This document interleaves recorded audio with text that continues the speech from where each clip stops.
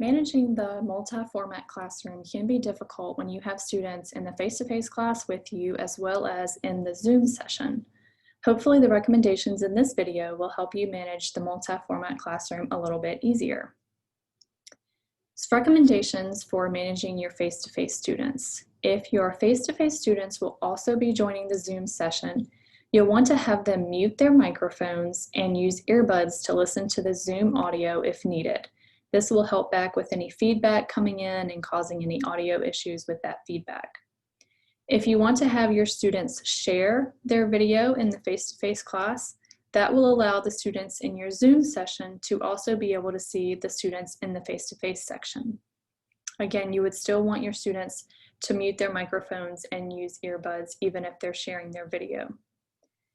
You will want to repeat any questions that the students in your face-to-face class answer or ask to be sure that the students that are on the Zoom session can also hear and clearly understand what the questions are.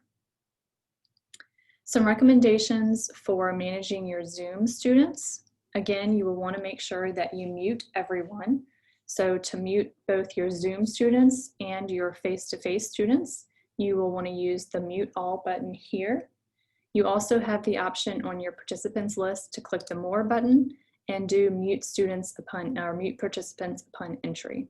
Once you mute everyone, you can always come up to your participants list and ask a student to unmute if you wanted them to talk or be able to use their microphone to ask questions or things like that. You'll also want to make sure that you turn off chat for your participants. So making sure that you turn off your chat and only allow students to communicate with the host will prevent students from being able to send private chats back and forth during your Zoom session and your content lecture.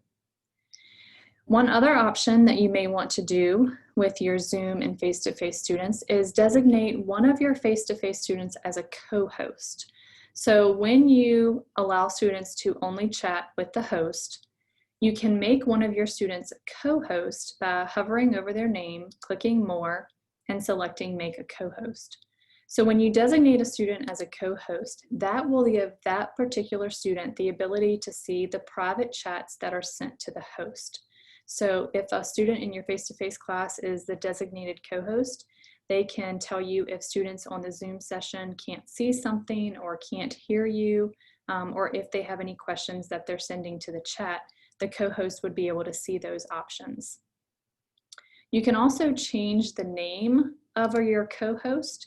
So you could always rename the co-host Ask Me Questions so that the students in the Zoom session knew that was who the co-host was and who they needed to send their questions to. Some additional options that you may want to do is make sure that you save your chat. So you do have to have at least one chat message sent to your chat box, but then you can save your chat, and that's different than recording your Zoom session. If you save your chat, it will send you a text file of your chat after the meeting is ended, and you can save that text file and go back through it to make sure you've answered any student questions and just have that list of questions that were asked or comments that were sent to you as the host during your Zoom session. Other recommendations include making sure that you turn off any extra programs, applications, windows, email, close any extra documents or files that you have open before your Zoom session so that you don't accidentally click on something or show something to your Zoom students that you don't want them to see.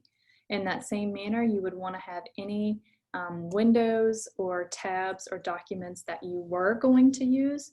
You would want to be sure you had them open at the start of your session so that your Zoom students and your face-to-face students on the projector would not be able to see you going through and trying to search and find your files. Hopefully some of these recommendations will be helpful to you. If you have any additional questions or comments, you can email the DEC at dec@longwood.edu or give us a call at extension 4332 and we'd be happy to help.